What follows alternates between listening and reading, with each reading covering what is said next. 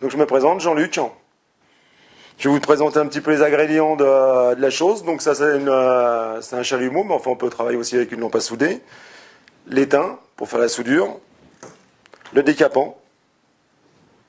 Hein. La toile à émery. Et puis après, je vais vous faire voir comment on fait une soudure sur du cuivre. Donc avec différents raccords, T, coude, raccord laiton. Donc voilà donc pour la pratique de la soudure à l'étain.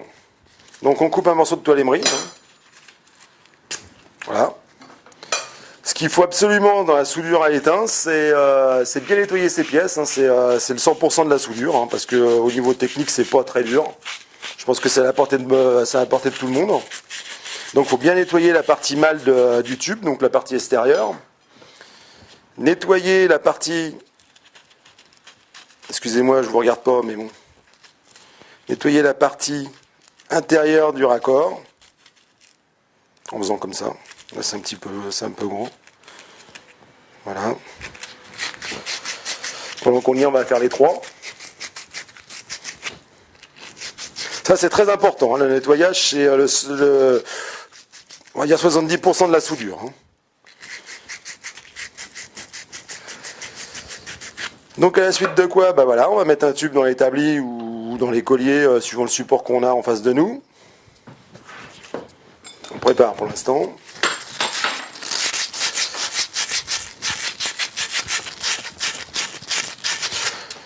On va couper un bout de tube pour vous faire une soudure trois soudures en une fois. Donc ça, c'est un T, hein, ça c'est des coudes. Et ça c'est des raccords laiton pour justement pour accorder les robinets, des d'évier, enfin des genres de choses comme ça. Qui se soudent exactement pareil, hein, puisqu'on étoile exactement la même chose. Sauf qu'il faut un petit peu plus chauffer puisque le laiton est un petit peu plus dense quoi, au niveau. Hop là. Tac. Hop.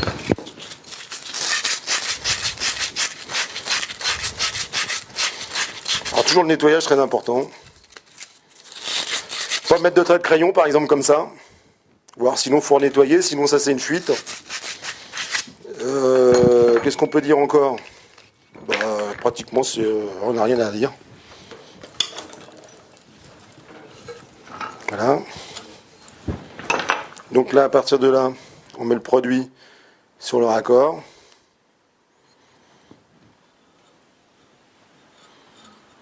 Tac.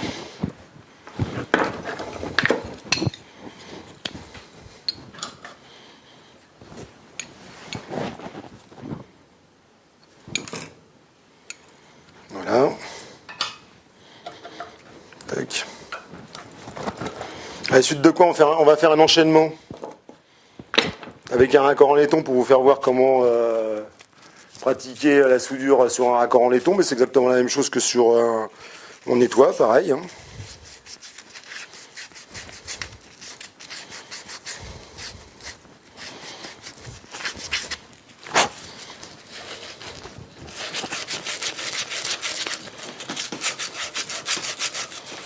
Donc là, faut pas hésiter à que ça soit bien blanc si vous voulez. Je sais pas si vous voyez la différence de couleur entre là et là. Peut-être que...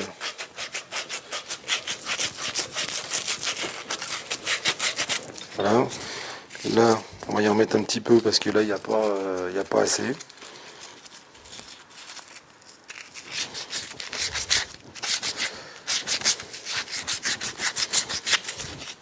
L'extérieur, c'est pas important. De toute façon, la soudure, elle est en contact avec la partie intérieure là et l'extérieur. Donc ici, ça sert à rien du tout pour la soudure à l'étain, du moins. Voilà. Donc là, j'ai pas mis le décapant.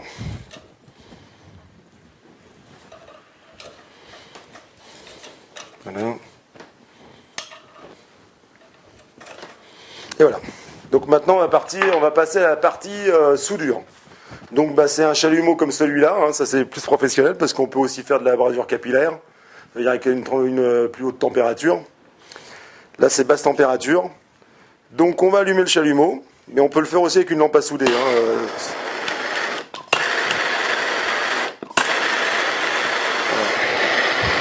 Donc on n'est pas obligé de faire, surtout sur les chalumeaux comme ça, puisqu'on peut braser avec, on n'est pas obligé de le mettre très fort comme ça. on peut le mettre très léger. Donc là, on va quand même mettre un petit chiffon par terre, mais qui va nous servir à la fin pour la soudure. Très important le chiffon. Donc, il faut bien se rappeler le chalumeau, l'étain, le décapant et la toile émerie. Très important. Maintenant, on va passer à la soudure. Donc là, c'est pas la peine de chauffer énormément, hein. Donc on met son chalumeau de cette façon-là, vous savez en pas souder, suivant ce qu'on a. En pas souder, ça marche très bien pour la soudure à l'étain. Et on chauffe. Voilà. Donc on met sa soudure, une fois que ça va être à température, on essaye une ou deux fois à mettre sa soudure. Vous voyez là comment que ça fait? On verra mieux quand je serai de l'autre côté. Donc on met sa soudure comme ça, et après ce qu'on fait, on chauffe. Par capillarité, la soudure à l'étain va aller dans le raccord. Donc on chauffe comme ça et légèrement comme ça. Bon, on va pas jusqu'au bout là-bas, hein. On s'arrête là. Donc on fait comme ça. Et après vous mettez votre petite soudure à l'étain comme celle-là, comme ceci. Un petit coup par le dessous. Bon, en général il y a un mur là, donc c'est un petit peu plus compliqué. Là on a la chance de ne pas avoir de mur. Donc c'est la chance qu'on a aujourd'hui. Normalement on ne devrait pas faire de fuite. Donc voilà, donc ce qu'il faut toujours voir, c'est pas trop chauffer parce qu'après on brûle la soudure et elle est moins bonne, quoi. Ah, elle fuira pas pour autant, mais c'est pas la peine de faire un truc comme ça, quoi, hein. Faut se modérer tout doucement. Alors celle-là c'est la plus facile parce qu'elle est en position verticale et donc la soudure elle rentre beaucoup plus facilement, hein. D'ailleurs elle tombe par terre. Voilà, donc on chauffe un petit peu, on réduit encore, on réduit la chauffe. Et voilà.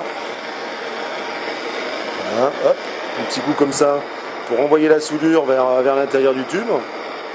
En règle générale, normalement on doit faire les deux, une et deux, et trois, parce qu'après ça aspire la soudure et il faut aussi pas trop en mettre. Donc maintenant on va passer au raccord laiton, hein, qui soude de la même façon, sauf que lui, comme il est plus important en masse, donc il faut chauffer, bon déjà au départ ici, pour avoir la bonne température, hein.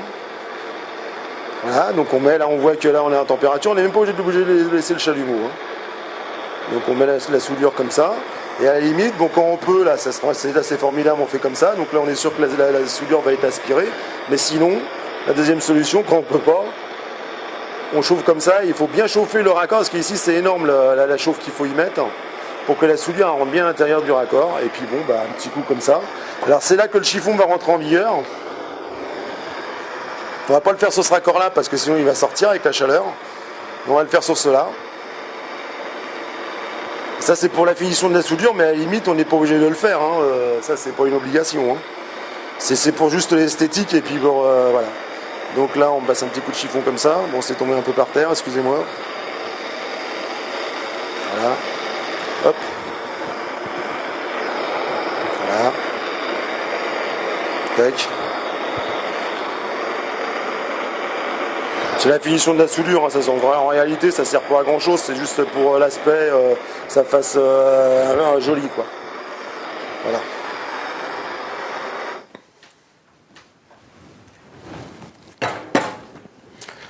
Et normalement, bon là on n'a pas la chance de le mettre en eau, mais normalement ça devrait pas fuir, hein. Mais malgré tout ça, même nous plombiers, on fait des fuites aussi, hein. Faut pas s'inquiéter. Si vous ne réussissez pas de la première fois, faut pas hésiter à réinsister pour une deuxième fois et voire une troisième fois. Je vous dis, le 80% c'est le nettoyage. Donc maintenant qu'on a fait la soudure, donc maintenant bah, je vais vous faire voir que pour vérifier, enfin de toute façon pour vous vous n'allez pas vérifier. Mais je veux dire qu'on va faire une vérification si la soudure a été bien faite ou pas bien faite. Donc on va prendre ce tube là. On va réchauffer la soudure que j'ai faite. Donc c'est pareil, hein, pas trop fort. Bon, de toute façon ça vous le ferait pas, mais c'est simplement pour vous faire voir une soudure normalement bien faite, sans fuite.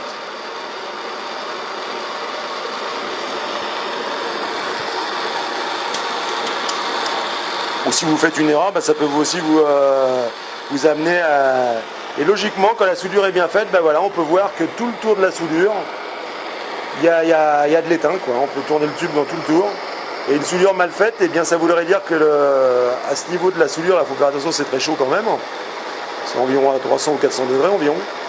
Et normalement, il y aurait une faille, donc il y aurait un moment où le puits serait de cette couleur-là.